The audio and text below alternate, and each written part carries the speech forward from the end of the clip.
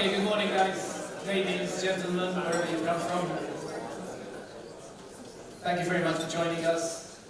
Thank you for the usual organized chaos, which is organizing a conference like this. Believe it or not, there are people from 17 different countries here. And I'm very pleased to welcome, besides the Minister and the Permanent Secretary, colleagues and friends from far-flung places, including the Bahamas, India, many places in Europe.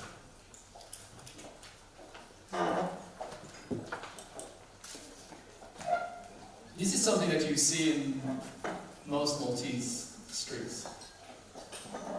In fact, it's a very typical Maltese store, and it's very typical that we have numbers and alternative numbers. So there's a 31 and a 33.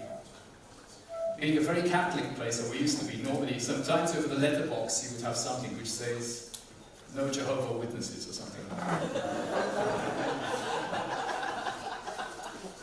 that. And it's very much part of our culture also that we're very close to each other. And we watch each other, but I'd also like you to look at the letterbox over there, which is kind of a spy to the world out there, and sometimes people can come and throw junk through the letterbox. What this has to do with the blockchain, I'll show you another picture. This is my son Jacob when he was about 5, peering through the letterbox, and I think that's what got me to think about this. There's a lot of stuff going on about the blockchain. So the first thing is, this is not a fintech conference. I'm sorry. So if you come here thinking we're going to give you a lot of advice about cryptocurrencies, how to get rich quick, and that kind of stuff, it's not going to happen here. But you may pick up some of these things as they go along, because there are some people who are experts in fintech and who will join us at some stage during the day. But anyway, letterbox is spying, something happening, closed doors, somebody knocks on your door, and the first thing, is it too early? Should we be having this conference at all, in fact? Shouldn't we all just wait and figure out what the fintech guys are going to tell us people who are in the business of educating people, whatever education means in the 21st century. There are 4 themes, essentially. I'm going to have to keep on looking back here. And I have an appalling memory, so please help me out. But there are really 4 themes that when we were trying to create this conference, we saw linkages between, first, the notion of connecting through the blockchain. The blockchain is enabling disruptive technology. So you will hear about use case studies, innovations, experiments, crazy people, not so crazy people. People who are doing research, people who decided to activate the research, people who already moved ahead and created products and are ready to go. That's on one side. On the other side, you're going to hear a lot about self-sovereignty, empowerment, specifically learner empowerment in this conference. And quite a bit about data collection, who owns the data in this lovely GDPR bravely world that we're in.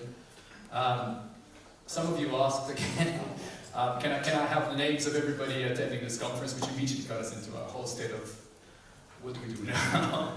I mean, one of the things we could do is use Slido, and everybody who wants to have everybody else's emails, we could just get people to submit stuff. But you get the idea. It's almost like there's a train moving, and we're all trying to get on the train, and we don't know where it's going to go. And in the meantime, us in this new Facebook world where every single bit of data which is being collected about is being monetized by someone else. Some of us are hoping and thinking that the blockchain gives us a means of getting away from the car crash we've had over several years. The third one is this whole notion about decentralizing education. I've been rather rude here, and I put down, so I'll read it out to you. The future of systems still stuck in the 20th century. And then I put down prescribed for the common good. My son is at the moment at the end of 2 weeks of summative exams, being carted around the island and being examined for whatever 15-year-olds need to be examined about to prove something. And there are some of us parents who are kind of thinking that maybe, who knows, one day the blockchain will help reinvent education. And the last one is about learning and earning, new systems, products, business models enabled by the blockchain. So, if you look at your programs, if you look online, you see that most speeches, workshops are touching at least one of these two things. Of course, all of these things are interconnected.